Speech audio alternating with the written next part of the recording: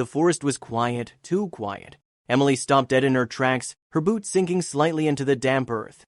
At first, she thought she was imagining it. But then, clear as day, the noise came again. A high-pitched screech, sharp enough to send chills racing down her spine.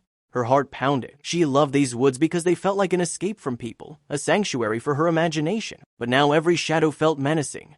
The vast forest suddenly seemed endless, and for the first time she asked herself, if something happens out here, will anyone ever find me? Another sound ripped through the silence. This time it was deeper, like metal grinding against stone, followed by a low rumble that vibrated through the ground. Emily froze, her breath caught in her throat. The missing girl from town flashed across her mind, a young woman who vanished weeks ago and was never seen again. Emily swallowed hard. The thought gnawed at her. Could whatever happened to that girl happen to her too? But curiosity tugged harder than fear. Emily crept forward, her boots crunching against twigs. Every step was careful, deliberate. The trees around her seemed to close in, their twisted limbs clawing at the sky. Then, without warning, the forest fell silent. No wind, no birds, no rustling, just stillness. Her instincts screamed at her to run. Instead, she whispered into the air.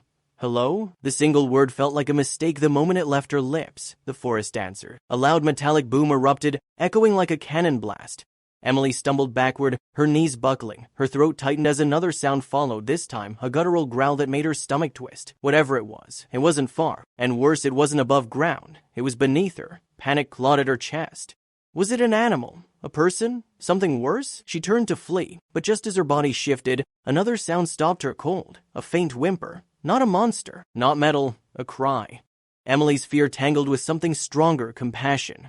She forced herself forward, heart hammering, following the sound through brambles until she reached a clearing. There, in a pit of illegally dumped garbage, she finally saw the source. Her breath caught. A massive black dog, its fur tangled into mats, was chained to a rusted car door. The booms were its body slamming against the metal. The screeches were from the chain grinding against sharp edges. Emily's hands shook as she crouched low. The dog snarled weakly, its eyes wild with fear and hunger. Yet when she uncapped her water bottle and held it out, the growls softened to whines. Its ribs jutted through its skin, its body trembling from exhaustion. Whoever had abandoned it here hadn't cared if it lived or died. Emily knew instantly she couldn't leave it behind. Emily's voice softened as she whispered, "It's okay, I'm here." The dog's body trembled, its ears pinned back, but the water coaxed it closer. Slowly, painfully, she reached for the chain. Her fingers brushed against the cold, rusted links, and she nearly gagged at the smell of rotten decay that clung to the garbage pit. The lock was too tight to undo by hand. Emily scanned the ground, spotting a jagged piece of metal pipe. With every ounce of strength she hammered against the chain. The dog whimpered, flinched, then finally, snap.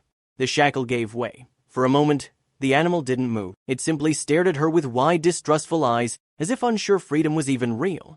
Then, with a slow step, it crawled out of the pit. Its paws bled from cuts, and its legs wobbled like they might collapse at any second. Emily dropped to her knees, tears streaming as she stroked its matted fur. "You're safe now," she whispered, though her own heart was still racing. Getting the dog out of the forest wasn't easy. It stumbled every few feet, and Emily had to coax it with gentle pats and sips of water.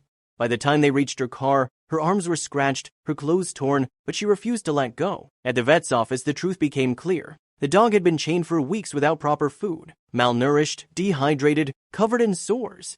The vet shook his head in disbelief. Whoever did this wanted it to die. Anger surged through Emily. She immediately called the police, giving them directions to the garbage pit.